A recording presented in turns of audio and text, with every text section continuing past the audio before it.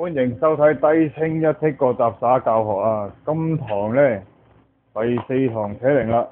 今日教嘅招式呢，就係呢招啦，上棍啊！可能大家聽個名都知道，大概點樣做啊？不過個中有好多細節要注意嘅啊！咁樣彈上支棍度，控制住一段時間呢，然後倒翻落嚟繩度嘅，咁樣。呢招呢就話難唔難，話易唔易啊？有好多人呢就好快識，有啲人呢做極都唔識㗎，好奇怪嘅呢招係。咁首先呢，就左手舉高，右手指住嘅扯鈴，個準備動作同上樹相似啊，不過上樹呢就唔使指住嘅扯鈴嘅，呢個要嘅，記得指正啲喎，你唔好側咗咁樣喎，指正啲，又彈上去，控住2秒，倒翻落嚟，就係咁樣啦。如果唔明嘅話呢，用固定嘅方法做俾你睇睇啦。好啦，又係呢張似曾相識嘅凳啊！當然啦，上棍同上樹一樣，扯鈴轉速一定要夠，唔可以一開始喺呢挫幾下又做啊，實跌㗎，唔夠速一定跌㗎。左手舉高，右手打橫指住個軸心，跟住然後右手發力兜佢上去，記得係右手啊。左手嘅話呢，佢會向斜嗰方面飛去㗎，打斜飛去㗎。右手彈上，記得彈高少少好喎，你唔好彈到個頭咁高喎。你彈到個頭咁高呢，佢跌落衝擊力好大呢，你用支棍你未必接得住啊。彈上去，然後右手塞落個軸度啦，跟住記得手棍要記得咬上斜斜地喎，因為扯鈴呢係轉緊嘅。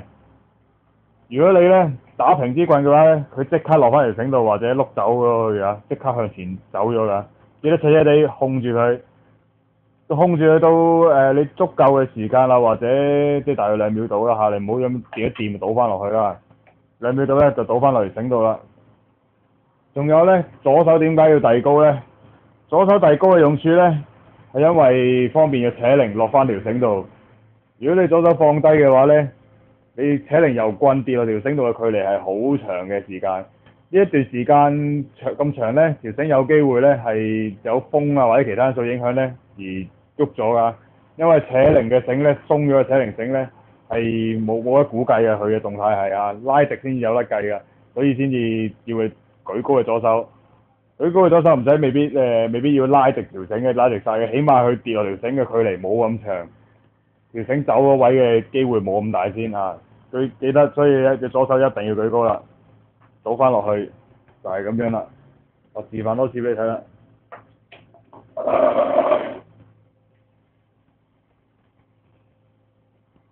記得轉速要夠啦嚇，點樣先轉速夠呢？唔好再問我啦，睇翻第一集啦。左手舉高，右手指住佢，然後彈上去。倒翻落嚟繩度，做咗一次啦。仲有唔好做凌空抽射呢啲喎，好多初學都好中意咁做喎。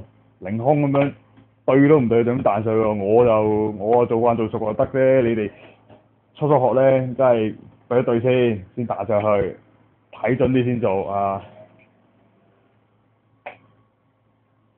而且上棍學熟咗呢，亦都可以衍生啲進階少少嘅招式啦，多少少花款玩啦，例如呢啲輪住浪啊呢啲咁樣啦嚇。好啦，今日嘅低清一剔個雜耍教學係咁多先，多謝收睇，拜拜。